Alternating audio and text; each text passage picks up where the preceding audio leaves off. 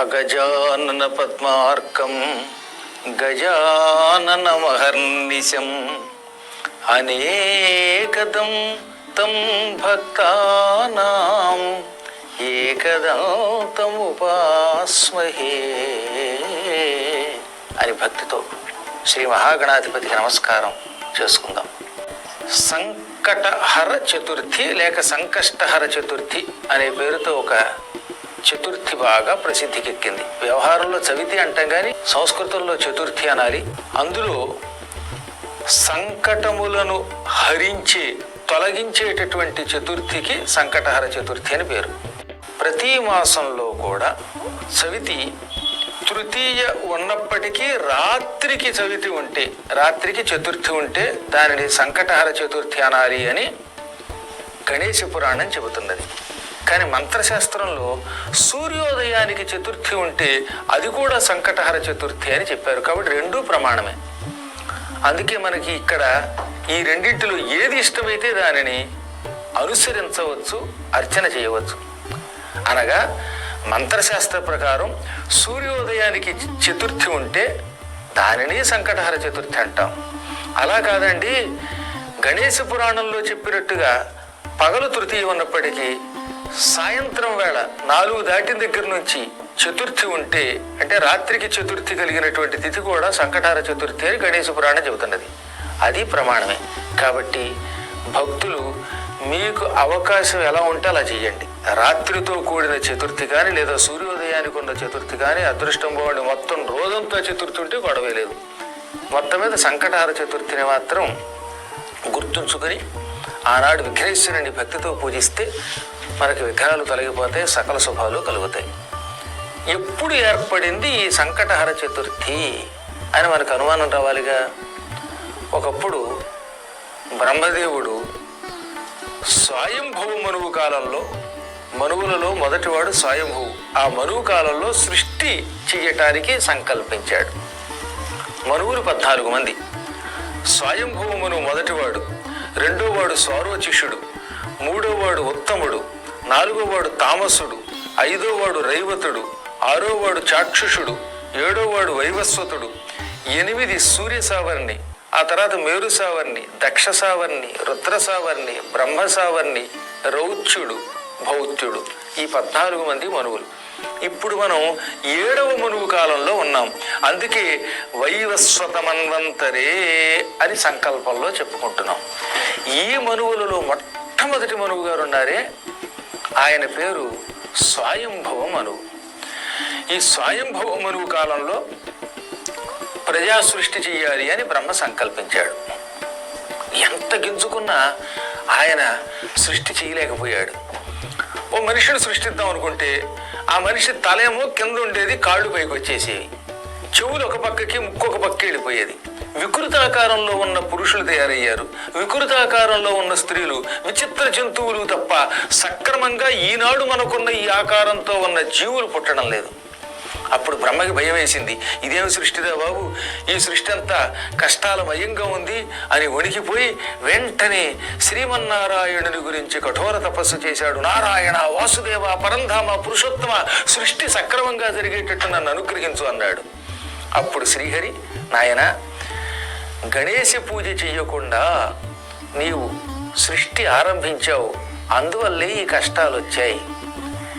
ఆదౌ పూజ్యో గణాధిప అని త్రిమూర్తులమందరము కలిసి ఒకప్పుడు తీర్మానించాం. ఆ విషయం నువ్వు మర్చిపోయావు. ఏ పని చెయ్యాలన్నా ఆ పనిలో విఘ్నాలు తొలగి నిర్విఘ్నంగా విజయంగా పని అవ్వాలంటే దానికి విఘ్నేశ్వరుని పూజించి తీరాలి. నువ్వు విఘ్నేశ్వర పూజ చెయ్యకపోవటం వల్ల నీ సృష్టి కష్టములమయమయ్యింది, సంకటాలమయమయ్యింది. తక్షణం నువ్వు నేను చెప్పినట్టుగా విఘ్నేశ్వరుని పూజించు, ఈ విఘ్నాలన్నీ తొలగిపోతాయి, సృష్టి సజావుగా సాగుతుందన్నాడు. అప్పుడు బ్రహ్మ నీవు చెప్పినట్టే చేస్తానన్నాడు. వెంటనే ఆయన వచ్చేటటువంటి చతుర్థి రాత్రికి చతుర్థి తిథి ఉంటే చాలు. అటువంటి చతుర్థి నాడు సూర్యోదయానికి ముందు లేవాలి. నీవు బ్రహ్మవి గనక లేవడంలో ఆశ్చర్యం ఏం ఉండదు. ఇదే సామాన్యులు ఎవరైనా సంకటహర చతుర్థి చేస్తే అటువంటి వాళ్ళు సూర్యోదయానికి ముందు లేవాలి. ఇది సామాన్యులందరికీ, ప్రతి ప్రాణికి ఒక నియమం అన్నమాట. లేచి తలారా స్నానం చేయాలి. నేను చాలా పర్యాయాలు ఎన్నెన్నో వ్రతాల గురించి చెప్పాను కదా. ఏ వ్రతం చేసినా వ్రతాలలో మాత్రం ముందుగా చేయవలసిన పని పెందలాళ్ళే లేవటం. అరుణోదయ సమయానికల్లా స్నానాధికాలు పూర్తి చేసుకోవాలి. ఆ తరువాత భక్తి శ్రద్ధలతో మనస్సులోనే గురువులకు తల్లిదండ్రులకు నమస్కారం చేసుకోవాలి. విభూతి పూసుకోవాలి లేదా కుంకుమ రేఖలు పెట్టుకోవాలి. పెట్టుకున్న తరువాత ఆచమనము చేసి సంకల్పము చెప్పుకొని సకల సంకటములను తొలగించే చతుర్థి పూజని నేను చేస్తున్నాను అనుకోవాలి. సంకటహర చతుర్థి అని మన సంకల్పంలో చెప్పుకొని, ఈ చతుర్థి తిథి కదా, మరి వారము, తిథి, నక్షత్రము, యోగము, కరణము వీటన్నిటినీ పంచాంగం అంటారు. అందులో చతుర్థికి తిథి అని పేరు అనమాట. పాడ్యమి, విధియ, తదియ, చవితి ఇవన్నీ కూడా తిథులు. సంకటహర చతుర్థ్యాం గణేశ పూజాం అహంకరిష్యే, విఘ్నేశ్వర పూజాం అహంకరిష్యే అని సంకల్పం చెప్పుకోవాలి. ఆ తర్వాత విఘ్నేశ్వరుడిని పూజించాలి. ఇక్కడ విఘ్నేశ్వరులు ఏ రకమైనటువంటి విఘ్నేశ్వరులను ఇంట్లో పెట్టుకుని పూజించాలో కూడా చెప్పారు. ఆలయములలో అయితే ఎలాగో విఘ్నేశ్వరుని ప్రతిష్ఠిస్తారు. ఆ విఘ్నేశ్వరుడి దగ్గరే కూర్చుని సంకటహర చతుర్థి గణేశ పూజాం అహంకరిష్యే అని చెప్పుకుంటారు. ఇంట్లో అయితే మట్టితో కానీ లేదా వెండి, రాగి, పంచలోహాలు ఇటువంటి వాటితో తయారు చేసిన ఒక గణేశ ప్రతిమని పెట్టుకోవాలి. ఇనుముతో తయారు చేసినటువంటి విగ్రహం ఎప్పుడూ పూజకి పనికిరాదు. ఇది మాత్రం తెలుసుకోండి. తక్కిన ఏ లోహాలైనా పనికొస్తాయి, కానీ అయోమయమైన లోహం అంటే ఇనుముతో తయారు చేయబడిన విగ్రహం పనికిరాదు. ఈ విగ్రహాలు పెట్టుకోండి. అన్నిటికీ మించి జిల్లేడు వేరుతో, తెల్ల జిల్లేడు వేరుతో తయారు చేసిన విఘ్నేశ్వరుణ్ణి ఈ సంకటహర చతుర్థి నాడు పూజిస్తే మరింత మంచిది. లేదా ఆవు పేడలో కొంత మట్టి కలిపి, ఆవు పేడ మట్టి కలిపి తయారు చేసిన విగ్రహం అయినా పెట్టుకోండి. పెట్టుకుని ఆచమనం సంకల్పము చెప్పుకున్నాక ఈ విఘ్నేశ్వరుణ్ణి 16 ఉపచారములతో పూజించాలి. ధ్యాయామి, ధ్యానం సమర్పయామి, ఆవాహయామి, ఆవాహనం సమర్పయామి. ఈ విధంగా 16 ఉపచారాలు ఉంటాయి. ఏమండి మాకు 16 ఉపచారాల గురించి తెలియవు అనుకుంటే 5 పూజలు మాత్రం చెయ్యండి. గంధము, పుష్పము, ధూపము, దీపము, నైవేద్యము, ఈ 5 ఉపచారాలైనా చెయ్యాలి. సంకటహర చతుర్థి నాడు తప్పక చేయవలసిన 5 పూజలు, 16 ఉపచారాలు చెయ్యండి చేయగలిగితే. అవి చేత కాకపోతే ముందు గంధం, తర్వాత పుష్పం, ఆపై ధూపం, తరువాత దీపం, నైవేద్యం, ఈ 5 ఉపచారాలు చెయ్యండి. ఈ ఒక్కరోజు మాత్రం సంకటహర చతుర్థి నాడు బెల్లము, అటుకులు నైవేద్యం పెడితే చాలా మంచిదట. సాధారణముగా మోదకములు, కుడుములు విఘ్నేశ్వర చతుర్థి నాడు విఘ్నేశ్వరుడికి నివేదిస్తాం. కానీ ఈ సంకటహర చతుర్థి నాడు వీలుంటే అలాగో కుడుములు పెట్టండి. అవి పెట్టినా పెట్టకపోయినా పర్వాలేదు. బెల్లము, అటుకులు ఈ 2 కలిపి నివేదన చేసి మీరు తిని ఇతరులకు పెడితే భయంకరమైన సంకటములన్నీ తొలగిపోతాయి. మానవుడు అన్నాక ఎన్ని చిక్కులు ఉంటాయండి.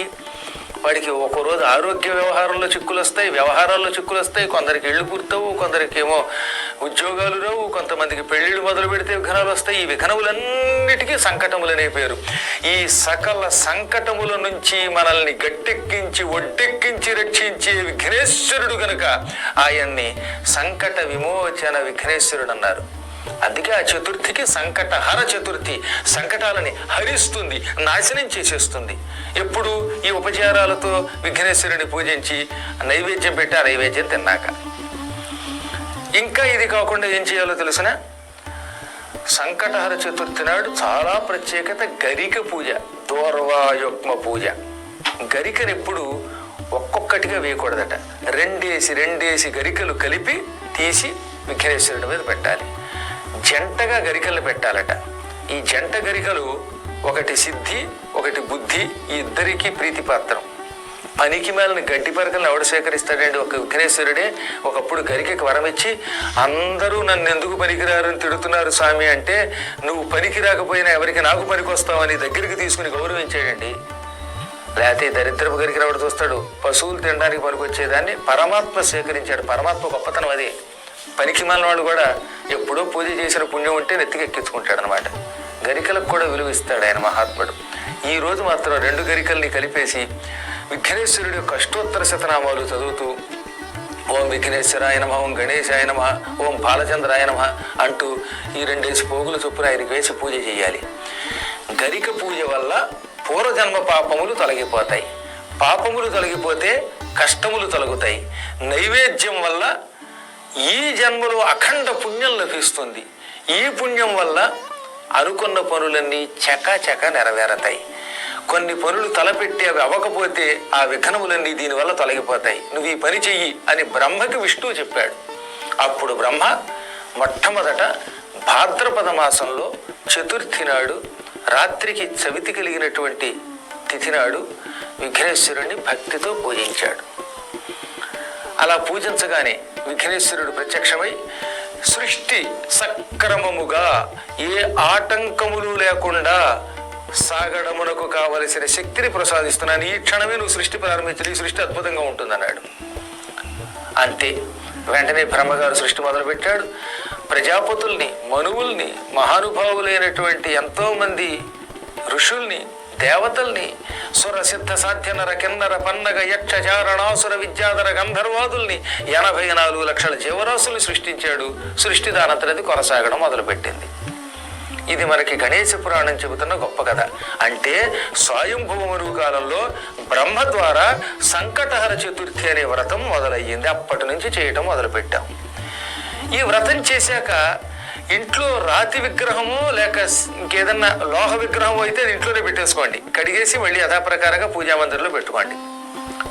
కానీ సంకటహర చతుర్థి నాడు మట్టితోటో పేడతో, ఆవు పేడతోటో తయారు చేసిన విగ్రహాలు ఉంటాయి చూశారు, అవి ఏం చెయ్యాలి? ఈ మట్టి లేక ఆవు పేడతో తయారు చేయబడిన విగ్రహాలని నదిలో కలిపేయమని శాస్త్రం. మరునాడు పంచమి నాడు దాన్ని నదిలో కలపండి. ఒకవేళ పంచమి నాడు శుక్రవారమో మంగళవారమో వస్తే మాత్రం అప్పుడు ఆ ఒక్కరోజుకి మళ్ళీ పూజ చేసి ఆ మరునాడు అంటే బుధవారం కానీ లేక శనివారం కానీ నదిలో కలపండి. నదులు లేకపోతే పొలాల్లో కలిపేయండి, లేదా ఏ చెట్టు మూలో ఎవరో తొక్కన చోట దాన్ని పెట్టేయండి. అలా ప్రతి వారం చేసినప్పుడు, ప్రతి మాసం చేసినప్పుడల్లా ఆ విగ్రహాలు అలా పెట్టాలి. లేదా శాశ్వతంగా ఇత్తడి విగ్రహమో, వెండి విగ్రహమో, బంగారు విగ్రహమో, పంచలోహ విగ్రహమో ఏదో ఒకటి పెట్టుకోండి ఇంట్లో. అలాంటి విగ్రహాలు ఇంట్లో ఎప్పుడు ఉండొచ్చు. వాటికి ప్రతి సంకటహర చతుర్థి నాడు పూజ చేసి ఆ తర్వాత మళ్ళీ శుభ్రం చేసి యథాప్రకారంగా పూజా మందిరంలోనే ఉంచేసుకోవచ్చు. అది మరింత గొప్ప ఫలితం ఇస్తుంది. వీటిల్లో సద్య ఫలితం అంటే తక్షణం ఫలితం రావాలంటే మాత్రం ఆవు పేడ కలిపినటువంటి మట్టి విఘ్నేశ్వరుణ్ణి, ఏమిటి ఆవు పేడ కలిపిన మట్టి విఘ్నేశ్వరుణ్ణి పూజించిన, లేదా జిల్లేడు వేరుతో తయారు చేయబడిన విఘ్నేశ్వరుణ్ణి పూజించిన ఇంకా తొందరగా ఫలితం లభిస్తుంది. జిల్లేడు వేరుతో తయారు చేసిన విఘ్నేశ్వరుణ్ణి ఏమో ఇంట్లోనే ఉంచుకోండి. ఇందాక చెప్పినట్టుగా ఆవు పేడ మట్టి కలిపినటువంటి విఘ్నేశ్వరుణ్ణి అయితే ఎక్కడైనా గంగలో కలిపేయండి, లేదా పొలంలో కలిపేయండి.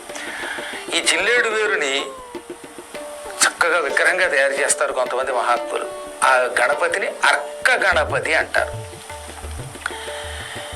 ఇంకొక రహస్యం ఇక్కడ, సంకటహర చతుర్థి నాడు గరిక వేసి గరిక మీద ఒక తమలపాకు లేదా మామిడాకు పెట్టి దాని మీద ఆవు పేడ పెట్టండి. ఇప్పుడు నేను చెప్పేది కొంచెం శ్రద్ధగా వినండి. మీ పూజా మందిరంలో ఎక్కడో చోట గరిక వేయండి. గరిక మీద ఒక తమలపాకు లేక మామిడాకు, జిల్లేడాకు అయితే మరీ మంచిది. ఈ ఆకుల్లో ఏదో ఒక ఆకు పెట్టండి. ఆకు మీద కొంచెం ఆవు పేడ ఉంచండి. ఆవు పేడ మీద విఘ్నేశ్వరుణ్ణి పెట్టి అప్పుడు ఆ విఘ్నేశ్వరుణ్ణి పూజించి పూజ అయిపోయాక ఈ ఆవు పేడ, ఈ ఆకు, గరిక వీటిని ఏదైనా చెట్లోనో లేక పొలంలోనో నదిలోనో కలిపేయండి. ఈ విఘ్నేశ్వరుడికి క్షిప్ర సంకటహర గణేశ్వరుడని పేరు. వెంటనే మహావేగముగా కష్టములను తొలగించే విఘ్నేశ్వరుడని పేరు. ఈ క్షిప్ర గణపతి యొక్క అనుగ్రహం అంతా ఎంత కాదండోయ్. ఒక్కొక్కడికి ఎన్ని పనులు అనుకున్నా, ఏ పని అనుకున్నా అవదనవడం తేలిక. ఎంత కష్టపడిపోయినా, డబ్బున్నప్పటికీ, పలుకుబడి ఉన్నప్పటికీ పనులు సాగం ముందుకి. అలాంటప్పుడు నేను చెప్పిన ఆవు పేడ మీద విఘ్నేశ్వరుని పెట్టి పూజించడం అనే కార్యక్రమం చేయండి. 6 రోజుల్లో కష్టాలన్నీ హరించుకుపోతాయి, అనుకున్న పనులు అవుతాయి. క్షిప్ర గణపతికి అటుకులు బెల్లము తప్పనిసరిగా నివేదన పెట్టాలి. ఈ మధ్యన ఒక మూర్ఖుడు తయారయ్యాడు. దేవుడు నిన్ను నైవేద్యం పెట్టమన్నాడా, అసలు దేవుడికి ప్రదక్షిణ ఎందుకు, పూజ ఎందుకు అని ఇష్టం వచ్చినట్టు వాగుతున్నాడు. ఇటువంటి పాపాత్మల్ని తీసి పక్కన పారేయండి. అంటే మన పురాణాలన్నీ వేళాకోళంగా చెబుతున్నాయా? పుత్రకామేష్టి యాగం చేయమని రామాయణంలో లేదా? నీకెందుకయ్యా యాగాలు, నీకెందుకయ్యా ఈ దీక్షలని అడుగుతున్నాడు ఒకడెవడో ఓ మూఢుడు. ఈ దీక్షలు పురాణాల్లో రామాయణం వంటి ఇతిహాసాల్లో చెప్పారు. అంటే రామాయణం రాసిన వాల్మీకి పనికి వాళ్ళవాడనని ఉద్దేశం. వాల్మీకి మహర్షి పుత్రకామేష్టి యాగం చేశారు రాముడి కోసం దశరథాదులను ఉంది, అది లేదా? అది అసత్యమా? ఈ యాగాలు, ఈ ప్రదక్షిణలు, ఈ క్షిప్ర గణపతి అర్చనలు, ఈ నివేదనలు ఇవన్నీ సుస్పష్టంగా సమస్త పురాణ ఇతిహాసాలలో ఉన్నాయి, వేదాలలో ఉన్నాయి. అవి కాదు అంటే సర్వనాశనం అయిపోతారు అలాంటి వాళ్ళు. ఇవాళ ఏదో 10 మంది చప్పట్లు కొడుతున్నారు కదా అని పెచ్చవాగుడు వాగచ్చుగాక. కాబట్టి ఇలాంటి విషయాల్లో వాగోటివాడు చాలా గట్టిగా చెప్పవలసిన అవసరం ఉన్నది. ఈ నివేదన చాలా అవసరం. పాయసం నైవేద్యం పెట్టండి అని బ్రహ్మాండ పురాణంలో ఉంది అమ్మవారికి, అది వద్దంటాము మనం. అలాగే క్షిప్ర గణపతికి పృథుక తండులములు బెల్లము నైవేద్యం పెట్టాలి. మోదకాలు నైవేద్యం పెట్టమని ఎన్నో పురాణాల్లో ఉన్నాయి. అవన్నీ అబద్ధాలు ఏం కాదు చూడండి. అందువల్ల అవే ఆ నాస్తికుల యొక్క మాటలు పక్కన పెట్టండి. క్షిప్ర గణపతిగా సంకటహర చతుర్థి నాడు విఘ్నేశ్వరుణ్ణి ఆవాహన చేసుకుని పూజించి అందులో అటుకులు బెల్లము నైవేద్యం పెట్టి దాన్ని మీరు ప్రసాదంగా తిని ఇతరులకు పెట్టి ఈ విగ్రహాన్ని మీరు కడిగేసి, అది ఇందాక చెప్పినట్టుగా లోహ విగ్రహాలు అయితే ఇంట్లో ఉంచుకొని మట్టి మొదలైన వాటితో తయారు చేసినవి ఎక్కడన్నా పొలాల్లోనో నదుల్లోనో కలిపేయండి. ఆకులు కూడా ఏ చెట్టులోనో ఎక్కడో చోట ఉంచండి. మీకు 6 రోజుల్లో సకల శుభాలు కలుగుతాయి. ఇక సంకటహర చతుర్థి నాడు ఇంకొక అద్భుతమైన పని చెయ్యండి. జిల్లేడు ఆకులు, జిల్లేడు పువ్వులు తీసుకురండి. వాటితో విఘ్నేశ్వరుని పూజించండి. సూర్యాస్తమయమయ్యాక చంద్రుడి రేఖ కనపడే సమయంలో తీపి ఏదైనా కొంచెం తయారు చేసి వెన్నెలలో విఘ్నేశ్వరుడికి చూపించి ఆ తర్వాత ఆరు బయటికి తీసుకొచ్చి వెన్నెల కిరణములు దాని మీద పడేలా చేయండి. పెద్దగా ఎంతో పెద్ద వెన్నెలు ఉండకపోవచ్చు, కానీ ఆ చంద్రుడి యొక్క కిరణం ఆ పాత్రలో పడితే చాలు. మళ్ళీ చెబుతున్నాను, విఘ్నేశ్వరుడికి పాయసమో లేకపోతే చక్కెర పొంగలో ఏదో ఒకటి నివేదన చేయండి. నివేదన చేశాక దాన్ని పట్టుకొచ్చి ఆరు బయట మూత తీసి చంద్రుడి కిరణములు పడేలా ఒక క్షణం ఉంచండి. ఆ వెన్నెలు అందులో పడ్డాక ఆ ప్రసాదం మీరు తినండి, పిల్లలకి ముఖ్యంగా పెట్టండి. దానివల్ల లాభం ఏమిటి? భయంకరమైన రోగాలు తొలగిపోతాయి, మానసిక శారీరక రోగాలు తొలగిపోతాయి. భార్యాభర్తల మధ్యలో నిరంతరం తగాదా రావడం పెద్ద సంకటమట. ఎక్కడ ఏది జరిగినా తట్టుకుంటాం, కానీ ఇంట్లో చిచ్చు అయితే తట్టుకోలేం కదా. రోజు భార్యాభర్తలు అన్నాక ఐకమత్యంతో కలిసిమెలిసి ఉండాలి. మూడు పిల్లలు కొట్టుకు తెచ్చిపోతుంటే ఇంకా కాపురం ఏం కాపురం అండి. అందువల్ల కాపురం సక్రమంగా ఉండడానికి ఈ పని చేయమని శాస్త్రం చెప్పారు. అసలు సంకటం అదే. ఆ సంకటం తక్షణం తొలగిస్తాడు మన విఘ్నేశ్వరుడు గనక సంకట హర విఘ్నేశ్వరుడు అన్నారు ఆయన్ని. ఈరోజు ఇది సంకటహర చతుర్థి నాడు విఘ్నేశ్వరుని పూజించిన వాళ్ళు రాత్రి భుజింపగరాదు. రాత్రికి భోజనం చేయకుండా ఏదైనా పలహారం చేయాలి. స్త్రీ సంగమం పనికిరాదు. బ్రహ్మచర్య దీక్షతో ఉంటే మంచిది. సంకటహర చతుర్థి ఎప్పుడు చేసినా రాత్రికి బ్రహ్మచర్య దీక్షతో ఉండడం మంచిది. మళ్ళీ వాడెవడో రాత్రికి బ్రహ్మచర్యం అంటే పగలు మానేయాలన్నాడు. అక్కడ మా ఉద్దేశం ఏంటంటే ఆ రోజంతా బ్రహ్మచర్య దీక్షతో ఉండడం మంచిది. దానివల్ల సకల శుభాలు కలుగుతాయి. ఎన్ని నియమములు ఎక్కువ ఉంటే పరమాత్ముడంతా సంతోషిస్తాడు. ఇక 5 రకాల పుష్పాలతోటి సంకటహర చతుర్థి నాడు ఇటు పగలు సాయంత్రం 2 పూట్ల పూజ చేయమన్నారు గణేశ్వరుని. గణేశ్వరుడికి సంకటహర చతుర్థి నాడు ఇటు పగలు రాత్రి కూడా పుష్ప పూజ ఉన్నది. ఈ పుష్ప పూజ వల్ల భయంకరమైన దారిద్ర్యం, రోగాలు, అశాంతులు తొలగిపోతాయి, శుభములు కలుగుతాయి. ఏమేమిటి 5 పుష్పాలు? కలువ పువ్వులు. మొట్టమొదటి చెప్పింది ఏంటంటే ఉత్పలములు, కలువ.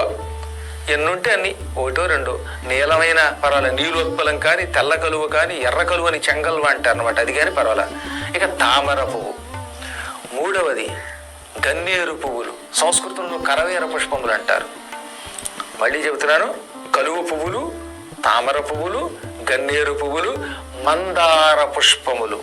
ఎర్ర మందారం కానీ తెల్ల మందారం కానీ ఏ మందారం అయినా పర్వాలేదు.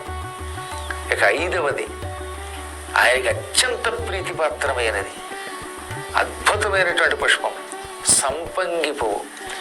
ఒకవేళ సంపంగి పువ్వు దొరకకపోతే అప్పుడు మల్లె పువ్వు వాడవచ్చును. ఈ 5 పువ్వులు కూడా ఇటు పగలు సాయంత్రము కూడా సంకటహర చతుర్థి నాడు విఘ్నేశ్వరుడికి సమర్పిస్తే పిల్లలు బుద్ధిగా చదువుకుంటారు, చెప్పిన మాటలు వింటారు. మా పిల్లలు మేము చెప్పినట్టు విని బాగా చదువుకుని పైకి రావాలని మేము చెప్పినట్టు మంచి చెడ్డ చెబితే వినకూడదు, కానీ మంచి చెబితే విని తల్లిదండ్రులు పూజిస్తూ చదువుకుని బాగా అభివృద్ధిలోకి రావాలి, పిల్లల వల్ల వచ్చే సంకటములు తొలగాలి అనుకున్నవాడు ఈ పంచపుష్పాలతో పూజ చెయ్యాలి అని మంత్రశాస్త్రం చెబుతున్నది. మళ్ళీ చెబుతున్నాను, కలువ పువ్వులు, తామర పువ్వులు, మందార పుష్పాలు, సంపంగి పువ్వు లేకపోతే మల్లె పువ్వు, గన్నేరు పువ్వు, ఈ 5 పువ్వులతోటి విఘ్నేశ్వరుణ్ణి సంకటహర చతుర్థి నాడు పూజించండి. ఇక పిల్లల కంటే గొప్ప ఆనందం ఇచ్చే వస్తువు మరేముందండి. పిల్లల విషయంలో అన్ని విఘ్నాలు తొలగిపోతాయి. కొంతమందికి వెన్నుపూస బాగా పోటుగా ఉంటుంది, లేదా ఎముకలు ఎక్కువ నొప్పిగా ఉంటాయి. అటువంటి వాళ్ళు ఆవు పాలు బాగా కాచి కొంచెం పటికి బెల్లం వేసి విఘ్నేశ్వరుడికి నివేదన చేసి తాము తాగితే ఈ ఎముకలకి సంబంధించినటువంటి రోగాలన్నీ తొలగుతాయి. గవర్నమెంట్ వారు ఇచ్చే మందులు పనిచేస్తాయి. ఔషధాలు సేవించి తీరాలి ప్రతివాడు. ఔషధం ఈ మంత్ర ప్రభావం వల్ల తొందరగా పనిచేస్తుంది అనమాట. ఇంకా ప్రదక్షిణ చేస్తే మహాపాపాలు తొలగుతాయి. కాబట్టి తర్వాత గణపతికి ప్రదక్షిణలు చేయండి. ఆలయంలో అయితే ఆలయం చుట్టూ, ఇంట్లో అయితే ఆత్మ ప్రదక్షిణ చేయండి. ఆ కన్నా లెంపలు వేసుకోండి. ఈ పూట విఘ్నేశ్వరుడి పేరు చెప్పి పిల్లలకి ఇంత అన్నదానం చేస్తే ఇంకా చాలా మంచిది. ఇలా అనేక విశేషాలు చెప్పారు. వాటిలో కొన్నింటిని ఈ సంకటహర చతుర్థి నాడు మీకు చెప్పాను. వాటిని విని ఆచరణలో పెట్టండి. ఇహపరాలు 2 కూడా లభిస్తాయి.